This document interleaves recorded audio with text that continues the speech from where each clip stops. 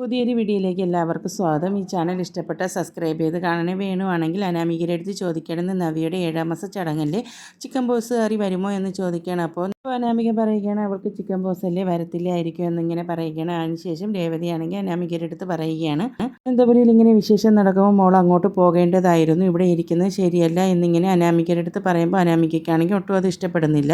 നന്ദു എന്ന് പറയുന്നവൾ എൻ്റെ കർണത്തെ അടിച്ചവളാണ്, അപ്പോൾ ഞാൻ അവൾ വരുന്നില്ല എന്ന് അറിഞ്ഞിരുന്നെങ്കിൽ പോയെങ്കിൽ. അനന്തപുരി പോകണമെന്ന് പറഞ്ഞത് അനിയുടെ കൂടെയുള്ള സ്നേഹം കൊണ്ടൊന്നുമല്ല, എൻ്റെ സ്ഥാനത്ത് ആ നന്ദു വന്ന് നിൽക്കുന്നത് എനിക്ക് ഇഷ്ടമില്ലാത്തത് കൊണ്ടാണ് ഞാൻ ഇങ്ങനെ പറഞ്ഞതെന്ന് പറയാം. അതിനുശേഷം രേവതിയാണെങ്കിൽ വേണുവിൻ്റെ അടുത്ത് പറയുകയാണ് നമുക്കിങ്ങനെ നമ്മളെ അടിച്ചതിന് പകരമായിട്ട് തിരിച്ചടി കൊടുക്കാൻ നിങ്ങളെ കൊണ്ട് പറ്റുന്നില്ലല്ലോ. നാട്ടിലുള്ള സകല ഗുണ്ടകളെയും നിങ്ങൾക്ക് പരിചയമുണ്ട്, എന്നിട്ടും അവൾക്കൊരു തിരിച്ചടി കൊടുക്കാൻ നിങ്ങളെ കൊണ്ട് കഴിയുന്നില്ലല്ലോ എന്ന് രേവതി വേണുവിൻ്റെ അടുത്ത് ചോദിക്കുകയാണ്.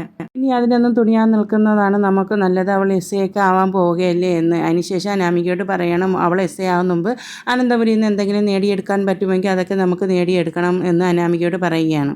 കാരണം എന്താണെന്ന് വെച്ചാൽ നമ്മളെ പറ്റിയുള്ള വലിയ രഹസ്യം അവളുടെ മനസ്സിലുണ്ടല്ലോ, അതെപ്പോഴാണ് അവളുകൾ പുറത്ത് വിടുന്നതെന്ന് പറയാൻ പറ്റില്ല. അതിന് മുമ്പ് നേടിയെടുക്കുക എന്നുള്ളതൊക്കെ നേടിയെടുക്കണം. ദേവയാനി ചേച്ചി കുടിച്ച പാലിൽ നമ്മളാണ് വിഷം ചേർത്തതെന്ന് അവർക്ക് നല്ലതുപോലെ അറിയാം. അവിടെ ഉള്ളവർ അറിയുന്നെങ്കിൽ മോൾക്ക് അവിടെ പിടിച്ചു നിൽക്കാൻ പറ്റത്തില്ല എന്ന് പറയുമ്പോൾ അനാമിക പറയണം അതുകൊണ്ടൊക്കെ തന്നെയാണ് ഞാൻ അങ്ങോട്ട് പോകാതെ നിൽക്കുന്നത്, എനിക്ക് ഇഷ്ടപ്പെടാത്ത എന്തെങ്കിലും കണ്ടിൻ്റെ നിലതെറ്റി എല്ലാ സത്യങ്ങളും ഞാൻ വിളിച്ച് പറയും, അതുകൊണ്ടാണ് ഞാൻ അങ്ങോട്ട് പോകാതെ നിൽക്കുന്നതെന്ന് അനാമിക പറയുക. അതിനുശേഷം വേണു പറയുകയാണ് അവിടെ മൂർത്തി ട്രസ്റ്റിലെ അംഗമാകാൻ വേണ്ടി നോക്കുക, എങ്കിൽ അനിയായിട്ട് ബന്ധം പിരിഞ്ഞാലും നിനക്ക് കിട്ടേണ്ടതെല്ലാം കിട്ടുമെന്ന് ഇങ്ങനെ വേണു അനാമികയോട് പറയുകയാണ്. ട്രസ്റ്റിലെ അംഗമാകാൻ എനിക്ക് പറ്റത്തില്ല, അവിടെ മരുമക്കൾ ആരും അംഗമാകുമെന്ന് തോന്നുന്നില്ല, പിന്നെ എങ്ങനെ ഞാൻ അംഗമാകുക എന്ന് ഇനിയെ ഞാൻ പറയുക. അനിയുടെ അടുത്ത് പറഞ്ഞാൽ അവൻ അതിലൊന്നും താല്പര്യം കാണിക്കത്തില്ല, പിന്നെ എങ്ങനെയാണ് ഞാൻ അതിൽ അംഗമാണെന്ന് പറയും.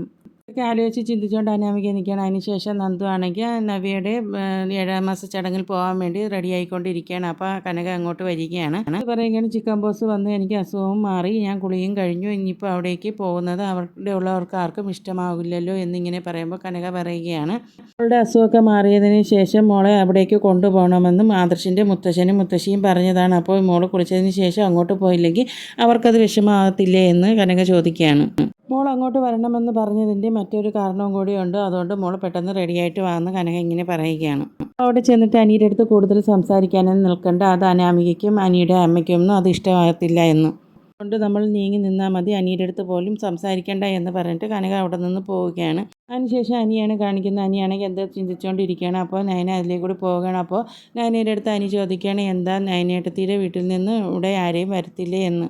എന്തായാലും എൻ്റെ അച്ഛനും അമ്മയും തീർച്ചയായിട്ടും വരുമെന്നിങ്ങനെ പറയണം. അപ്പോൾ അനി പറയുകയാണ് നന്ദു വരത്തില്ലായിരിക്കും, അവൾക്ക് ചിക്കൻ ബോക്സൊക്കെ ആയിരുന്നില്ല, അവൾ കുളിച്ചിട്ടില്ലായിരിക്കും എന്ന് പറയുമ്പോൾ അതിനെ പറയുകയാണ് ഇല്ല നന്ദു കുളിച്ചിട്ടുണ്ട്, അവളുടെ ചിക്കൻ ബോക്സൊക്കെ മാറിയിട്ടുണ്ട്, കുളിയൊക്കെ കഴിഞ്ഞു എന്നിങ്ങനെ പറയുമ്പോൾ അവൾ ചിലപ്പോൾ വരുമായിരിക്കും എന്നിങ്ങനെ പറയുകയാണേ. നന്ദുവിൻ്റെ കാര്യങ്ങൾ തിരക്കാൻ വേണ്ടി നന്ദുവിൻ്റെ ഫോണിലേക്ക് വിളിക്കുമ്പോൾ എപ്പോഴും ഏട്ടത്തിയുടെ അമ്മയാണ് ഫോൺ എടുക്കുന്നതെന്നിങ്ങനെ പറയുമ്പോൾ നയന പറയുകയാണ് അനി നന്ദുവിനെ വിളിക്കുന്ന അനാമികയ്ക്ക് ഇഷ്ടമല്ലല്ലോ, പിന്നെ എന്തിനാ നന്ദുവിനെ അനി വിളിക്കുന്നതെന്ന്. അതിന് നന്ദുവിനെ വിളിക്കാതിരിക്കുന്നത് തന്നെയാണ് നല്ലത്, നിങ്ങളുടെ കൂടുതൽ സൗഹൃദം വേണ്ട എന്നിങ്ങനെ പറയുകയാണ്. അത് നിങ്ങൾക്ക് അനാമികയ്ക്ക് ഇഷ്ടമല്ലല്ലോ, നമ്മളിപ്പോൾ കല്യാണമൊക്കെ കഴിഞ്ഞ് തീർന്ന പങ്കാളിയുടെ ഇഷ്ടം അനുസരിച്ചല്ലേ ജീവിക്കേണ്ടതെന്ന് പറയുകയാണ്. കല്യാണം കഴിഞ്ഞു എന്ന് വെച്ചിട്ട് എനിക്ക് പഴയ സൗഹൃദമൊന്നും വേണ്ടാന്ന് വെക്കാൻ പറ്റത്തില്ല എന്ന്. അനിയാണെങ്കിൽ നയനയുടെ അടുത്ത് ചോദിക്കുകയാണ് കല്യാണി ചേച്ചിയും നയനേട്ടത്തിയും ബെസ്റ്റ് ഫ്രണ്ടല്ലേ, അപ്പോൾ ആദർശമായിട്ട് കല്യാണി ചേച്ചിയെ വിളിക്കണ്ട എന്ന് പറഞ്ഞാൽ നയനേട്ടത്തി കേൾക്കുമോ, കല്യാണി ചേച്ചിയെ വിളിക്കാതെ ഇരിക്കുമോ എന്നിങ്ങനെ ചോദിക്കുമ്പോൾ നയന പറയുകയാണ് ഞാൻ ആണും പെണ്ണും ആയിട്ടുള്ള സൗഹൃദത്തെ കുറിച്ചാണ് പറഞ്ഞതെന്ന്. അപ്പോൾ അനി ചോദിക്കുകയാണ് എന്താ ആണും പെണ്ണും കൂടി സൗഹൃദം വെച്ചാൽ എന്താ കുഴപ്പമെന്ന് നയനയുടെ അടുത്ത് ചോദിക്കുകയാണ്. അതിനെന്താ തെറ്റെന്നിങ്ങനെ പറയുമ്പോൾ നയന പറയുകയാണ് എന്തായാലും നിങ്ങളുടെ കുടുംബജീവിതത്തിലേക്ക് നന്ദുവിനെ വലിച്ചഴക്കേണ്ട, എന്തായാലും നന്ദു അകന്ന് നിൽക്കുന്നതാണ് നല്ലതെന്ന്. അതിന് നിങ്ങൾ രണ്ടുപേരും അറിഞ്ഞൊരു തെറ്റും ചെയ്യത്തില്ല എന്ന് പറഞ്ഞിട്ട് നയന അവിടെ നിന്ന് പോവുകയാണ്. അതിനുശേഷം നയന ദേവയാനിയുടെ റൂമിലേക്കാണ് പോകുന്നത്. ദേവയാനിയാണ് കണ്ണാടിയുടെ മുമ്പിൽ നിന്ന് സാരിയൊക്കെ നേരെ ശരിയാക്കിയാണ്. അപ്പോൾ നയന വന്നിട്ട് പറയുകയാണ് അമ്മയ്ക്ക് ഈ സാരി നന്നായിട്ട് ചേരുന്നുണ്ട് എന്ന്. ദേവയാനി തിരിച്ചും പറയുകയാണ് മോൾക്ക് നന്നായിട്ട് ഈ സാരി ചേരുന്നുണ്ട് എന്ന്. അപ്പോൾ നയന പറയുകയാണ് അത് ആദർശേട്ടനും പറഞ്ഞു, അപ്പോൾ തന്നെ ഞാൻ ആദർശേട്ടനും തിരിച്ച് മറുപടിയും കൊടുത്തിട്ടുണ്ട്, ഇത് അമ്മ വാങ്ങി തന്ന സാരിയാണെന്ന്. ഇത് കേൾക്കുമ്പോൾ ദേവയാനിക്ക് ഭയങ്കര ടെൻഷൻ ആവുകയാണ്. എന്നിട്ട് ദേവയാനി നയനയെടുത്ത് ചോദിക്കണം എന്നെ പേടിപ്പിക്കാൻ വേണ്ടി മോള് വെറുതെ പറഞ്ഞതാണല്ലേ എന്ന്. നയന പറയുകയാണ് ഞാൻ സീരിയസ് ആയിട്ടുള്ളൊരു കാര്യം പറയാൻ വേണ്ടിയാണ് ഇങ്ങോട്ട് വന്നതെന്ന്. അപ്പോൾ ദേവയാനി ചോദിക്കുകയാണ് മോൾ എന്താ പറയുമെന്ന് പറയുമ്പോൾ നയന പറയുകയാണ് അനിയും നന്ദുമായിട്ടുള്ള ബന്ധത്തിനെ കുറിച്ചാണ് ഞാൻ പറയുന്നത്. എൻ്റെ മനസ്സിൽ എപ്പോഴും നന്ദു ഉണ്ടെന്നാണ് തോന്നുന്നത്. ഞാൻ ഇങ്ങോട്ട് വരുന്ന സമയത്ത് അനി എൻ്റെ അടുത്ത് ചോദിച്ചു നന്ദു ഈ ഫംഗ്ഷന് വരുമോ എന്നൊക്കെ. എൻ്റെ മനസ്സിൽ ഇപ്പോഴും നന്ദു ഉണ്ടെന്നാണ് തോന്നുന്നത്. നന്ദു വരുമോ എന്നൊക്കെ എൻ്റെ അടുത്ത് ചോദിച്ചു. ഞാൻ നന്ദു വരുമെന്ന് പറഞ്ഞപ്പോൾ എനിക്ക് ഒരുപാട് സന്തോഷമായി എന്ന് കേൾക്കുമ്പോൾ ദേവയാനിക്ക് ഭയങ്കര ടെൻഷൻ ആവുകയാണ്. ദേവയാനി എന്നിട്ട് പറയുകയാണ് അനാമികയും അനിയുമായിട്ടുള്ള ബന്ധം ഒരിക്കലും പിരിയാൻ പാടില്ല.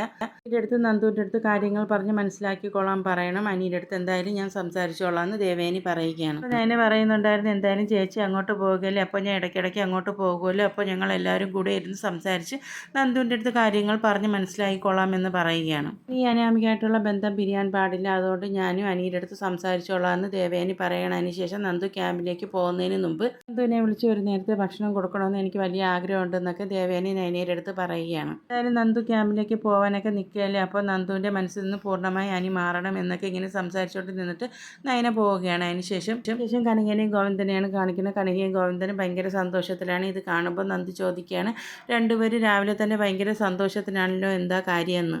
ഗോവിന്ദനാണെങ്കിൽ കനകയുടെ അടുത്ത് പറയുകയാണ് എന്തായാലും നമ്മുടെ സന്തോഷത്തിൻ്റെ കാരണം എന്താണെന്ന് മോളോട് പറഞ്ഞു കൊടുക്കുകയെന്ന്. ദേവയാനി നയനി ഇപ്പോൾ ഭയങ്കര സ്നേഹത്തിലാണ്, അവർ ഭയങ്കര സന്തോഷത്തിലുമാണ്. അവർ രണ്ടുപേരെയും കാവിൽ വെച്ച് കണ്ടതും ദേവയാനി നയനിക്ക് തലയിൽ മുല്ലപ്പൂ ചൂടിക്കൊടുത്ത കാര്യങ്ങളൊക്കെ കനക ഇങ്ങനെ പറയുകയാണ് അത് ഞാൻ എൻ്റെ രണ്ട് കണ്ണുകൊണ്ടും കണ്ടതാണ് എന്ന്. രണ്ടുപേരും ഇപ്പോൾ ഭയങ്കര സ്നേഹത്തിലാണ് എന്നിങ്ങനെ പറയുമ്പോൾ നന്ദു പറയുകയാണ് അത് നേരത്തെ എനിക്ക് സംശയം ഉണ്ടായിരുന്നു. കുറച്ച് ദിവസങ്ങൾക്ക് മുമ്പ് ചേച്ചി ഒരു നമ്പർ തന്നിട്ട് സൈബർ സെല്ലിൽ ഒന്ന് അന്വേഷിക്കാൻ പറഞ്ഞു. അവരാരുടേതാണെന്ന് കണ്ടെത്തിയപ്പോൾ അത് ആദർശേട്ടൻ്റെ അമ്മയാണെന്ന് മനസ്സിലാക്കിയപ്പോൾ എനിക്കൊരു ചെറിയ സംശയമൊക്കെ ഉണ്ടായിരുന്നു എന്ന്. അവർ രണ്ടുപേരും ഭയങ്കര സ്നേഹത്തിലാണ്. അവർ രണ്ടുപേരും ഈ കാര്യം നമ്മളോട് പറഞ്ഞിട്ടില്ല, അതുകൊണ്ട് നമ്മളും അറിഞ്ഞ കാര്യം ആരെടുത്തും കാണിക്കുകയും വേണ്ട എന്ന്. അവിടെ ചെല്ലുമ്പോൾ അങ്ങനെ ഒന്നും അറിയാത്തതുപോലെ നമ്മൾ അവിടെ പോയി നിന്നാൽ മതി എന്ന് പറയണം. അപ്പം നന്ദുവും പറയും അത് അങ്ങനെ തന്നെ, എന്തായാലും ചേച്ചി ഒരു നാൾ പിടിക്കപ്പെടുമല്ലോ. അമ്മായിയമ്മയും മരുമകളും ഒന്നിച്ച കാര്യം ആദർശമോൻ അറിഞ്ഞില്ല എന്ന് എനിക്ക് തോന്നുന്നു, അതിൽ എനിക്കൊരു സംശയമുണ്ട് എന്നിങ്ങനെ പറയുമ്പോൾ എന്തായാലും നമ്മൾ അവിടെ പോകുമ്പോൾ എല്ലാ കാര്യങ്ങളും മനസ്സിലാക്കാൻ പറ്റുമല്ലോ എന്ന്. മരുമകളെ വെറുക്കുന്ന അമ്മായിയമ്മ അല്ല അവിടെ ഉള്ളത്, മരുമകളെ സ്നേഹിക്കുന്ന അമ്മായിയമ്മയാണ്. അതിൻ്റെ സന്തോഷമാണ് ഞങ്ങളുടെ രണ്ടുപേരുടെയും മുഖത്ത് മോള് കണ്ടതെന്ന് ഇങ്ങനെ നന്ദുവിൻ്റെ അടുത്ത് കനക പറയുകയാണ്. അതിന് ശേഷം ഗോവിന്ദൻ പറയുകയാണ് 7-ാം മാസത്തെ ചടങ്ങിന് പോകേണ്ട പലഹാരങ്ങളൊക്കെ എടുത്ത് വെക്കേണ്ടേ എന്ന് പറയുകയാണ്. അതിന് ശേഷം നന്ദുവും കനകയും കൂടി പലഹാരങ്ങളൊക്കെ എടുത്ത് വെക്കാൻ പോവുകയാണ്. അതിനുശേഷം നവ്യ നയനയാണ് കാണിക്കുന്നത്. നവ്യയുടെ റൂമിലേക്ക് ചെല്ലുമ്പോൾ നവ്യ ചോദിക്കുകയാണ് ഈ സാരി എങ്ങനെയുണ്ടെന്ന് പറയുന്നത്. അപ്പോൾ നയന പറയുകയാണ് അത് ചേച്ചിയല്ലേ പറയേണ്ടത്, സാരി എങ്ങനെയുണ്ടെന്ന്. വാങ്ങിയ സാരിയല്ലേ എനിക്ക് നന്നായി ചേരുന്നുണ്ടെന്ന് നവ്യ പറയുകയാണ്. അതിനുശേഷം ഞാൻ ഫൈനൽ ടച്ചപ്പൊക്കെ ചെയ്തു തരാമെന്ന് പറഞ്ഞുകൊണ്ട് നബിയെ നയനെ അവിടെ പിടിച്ചിരുത്തിയാണ്. അതിനുശേഷം അബി എന്താ ഇതുവരെയും കണ്ടിട്ടില്ലാത്ത അബി എന്താ വരാത്തതെന്ന് ഇങ്ങനെ ചോദിക്കുകയാണ്. നബിയെ പറയുകയാണ് ആ മുല്ലപ്പൂ വാങ്ങിക്കാനെന്ന് പറഞ്ഞാണ് ഇവിടെ നിന്ന് ഇറങ്ങിയത്. ആ സമയം അവിടെ ഏതെങ്കിലും പെൺകുട്ടികളെ കണ്ടിട്ടുണ്ടായിരിക്കും. അതിന് പറയാണ് ചേച്ചി എന്താ ഈ പറയുന്നതെന്ന്. അപ്പോൾ നബിയെ പറയുകയാണ് ഞാൻ പോകാൻ വേണ്ടി അവൻ കാത്തിരിക്കുകയാണ്, ഞാൻ പോയി തീർന്നാൽ അവൻ സ്വസ്ഥമാവുമല്ലോ എന്ന്. ഞാനിനി വീട്ടിൽ പോയി നിന്നാൽ പോലും അവൻ തിരിച്ച് വിളിക്കാൻ വരുമെന്ന് പോലും എനിക്കറിയത്തില്ല എന്നിങ്ങനെ പറയണം. അവന് നീട്ടമുണ്ട കാര്യം മാത്രമേ അവൻ ചെയ്യത്തുള്ളൂ. ഇപ്പോൾ എല്ലാവരെയും ബോധിപ്പിക്കാൻ വേണ്ടിയാണ് അവൻ മുല്ലപ്പൂ വാങ്ങിക്കാനെന്ന് പറഞ്ഞ് ഇവിടെ നിന്ന് ഇറങ്ങിയതെന്ന്. ഇപ്പോൾ മുല്ലപ്പൂ വാങ്ങിക്കാൻ പോയ പേരിലും എനിക്ക് നല്ല സംശയമുണ്ട്. അവൻ അല്ലെങ്കിൽ ഈ റൂമിൽ ഇരിക്കുമ്പോൾ അവൻ എൻ്റെ ഒന്നുമല്ല പറയുകയും ചിന്തിക്കുകയും ചെയ്യുന്ന വേറെ എന്തോ കാര്യങ്ങൾ ചിന്തിച്ചുകൊണ്ടാണ് ഇവിടെ ഇരിക്കുന്നതെന്ന്. എന്നെ പറയുകയാണ് ഇനിയിപ്പോൾ അബി ചേച്ചീനെ വിളിക്കാൻ വന്നില്ലെങ്കിലും ഇവിടെ ഉള്ളവർക്കൊക്കെ ചേച്ചീനെ ഇഷ്ടമാണല്ലോ, അപ്പോൾ ഇവിടെ ഉള്ളവരാരെങ്കിലും ചേച്ചീനെ വിളിക്കാൻ വേണ്ടി അവിടേക്ക് വരും, അതുകൊണ്ട് ചേച്ചി അതോർത്ത് ടെൻഷൻ അടിക്കേണ്ട ആവശ്യമില്ല. നബി പറയണ അങ്ങനെയല്ലല്ലോ വേണ്ടത്, നമ്മുടെ ഭർത്താവ് നമ്മളെ വന്ന് സ്വയമല്ലേ വന്ന് വിളിക്കേണ്ടത്, അതിൻ്റെ സന്തോഷം വേറെയല്ലേ എന്ന്. ഭയങ്കര വിഷമത്തിലാണ് നയനയാണെങ്കിൽ നവിയെ സമാധാനപ്പെടുത്തിയതിന് ശേഷം ബാക്കിയുള്ള ഓർണമെൻറ്റ്സൊക്കെ ഇട്ട് തരാൻ ചേച്ചി എന്ന് പറഞ്ഞ് അവിടെ പിടിച്ചിരുത്തി ഓരോന്നായിട്ട് ഇട്ട് കൊടുക്കുകയാണ്.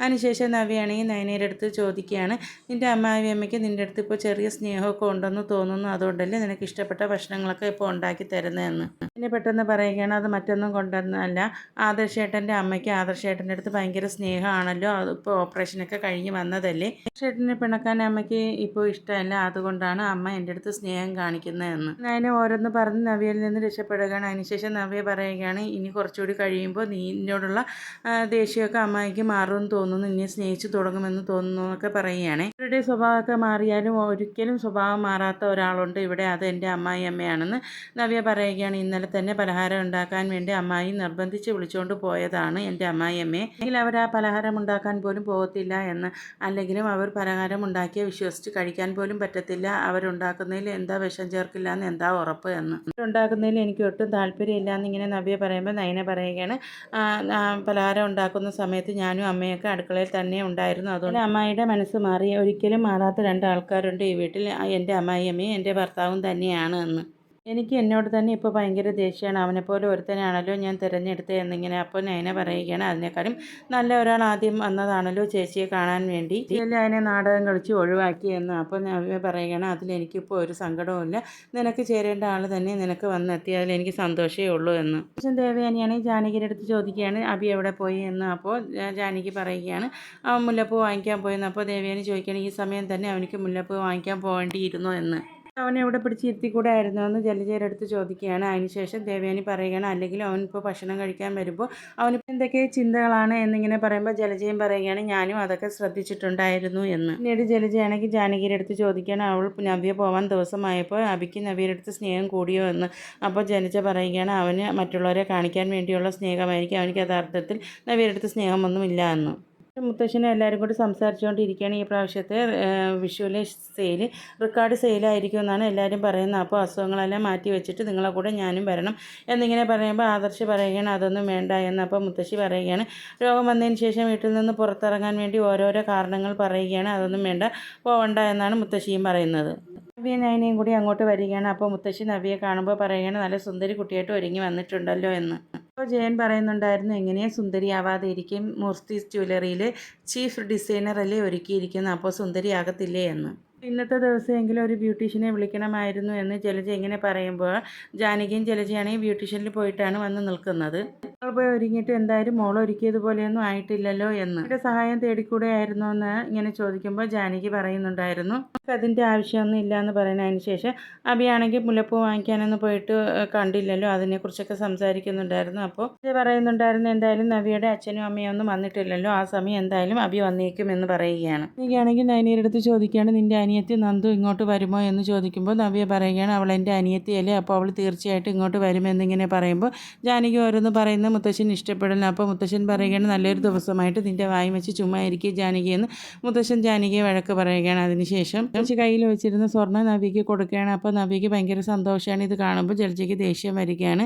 കല്യാണത്തിനാണെങ്കിൽ ഒട്ടും സ്വർണ്ണം ഇല്ലാതെയല്ലേ വന്നത്, ഇപ്പോൾ ആവശ്യത്തിന് സ്വർണ്ണമുണ്ടല്ലോ നവ്യയ്ക്ക്, കയ്യിൽ ഒരുപാട് സ്വർണ്ണം ഉണ്ടല്ലോ, അതൊക്കെ അണിഞ്ഞല്ലേ അവൾ അവളുടെ വീട്ടിലേക്ക് പോകുന്നത്, എന്നിട്ട് എന്തിനാ വേണ്ടാതെ ഇനിയും സ്വർണ്ണമൊക്കെ കൊടുത്തതെന്ന് ഇങ്ങനെ ജലജ പറയുമ്പോൾ മുത്തശ്ശനാണെങ്കിൽ ദേഷ്യമാവുകയാണ്. മുത്തശ്ശൻ പറയുകയാണ്, ശബരിയിലെ മരുമക്കൾ അങ്ങനെ തന്നെയാണല്ലോ, പോകേണ്ട ഒരുപാട് സ്വർണ്ണമൊക്കെ അണിഞ്ഞ്, സ്വർണ്ണം പിന്നെ അണിയാനുള്ളതന്നെ പെട്ടിയിൽ വെക്കാനുള്ളതൊന്നും അല്ലല്ലോ എന്ന്. മുത്തശ്ശനൊക്കെ വരുമ്പോൾ അണിയാനുള്ളത് തന്നെയാണെന്ന് ദേഷ്യത്തോടെ മുത്തശ്ശൻ പറയുകയാണ്. ഇത് കേൾക്കുമ്പോൾ ജലജയ്ക്കാണെങ്കിൽ ദേഷ്യം വരികയാണ്. മനസ്സിൽ ജലജ ഓർമ്മിക്കുകയാണ്, അർഹതയില്ലെങ്കിലും അവൾക്ക് സന്തോഷം കണ്ടില്ല എന്നിങ്ങനെ മനസ്സിൽ ഓർക്കുകയാണ്. നയനയ്ക്കും നവ്യയ്ക്കും ഈ സ്വർണ്ണം കിട്ടിയതിൽ ഭയങ്കര സന്തോഷമാവുകയാണ്. നയനയും നവ്യയും നിൽക്കുന്നതും കാണിച്ചാണ് ഇന്നത്തെ എപ്പിസോഡ് അവസാനിക്കുന്നത്.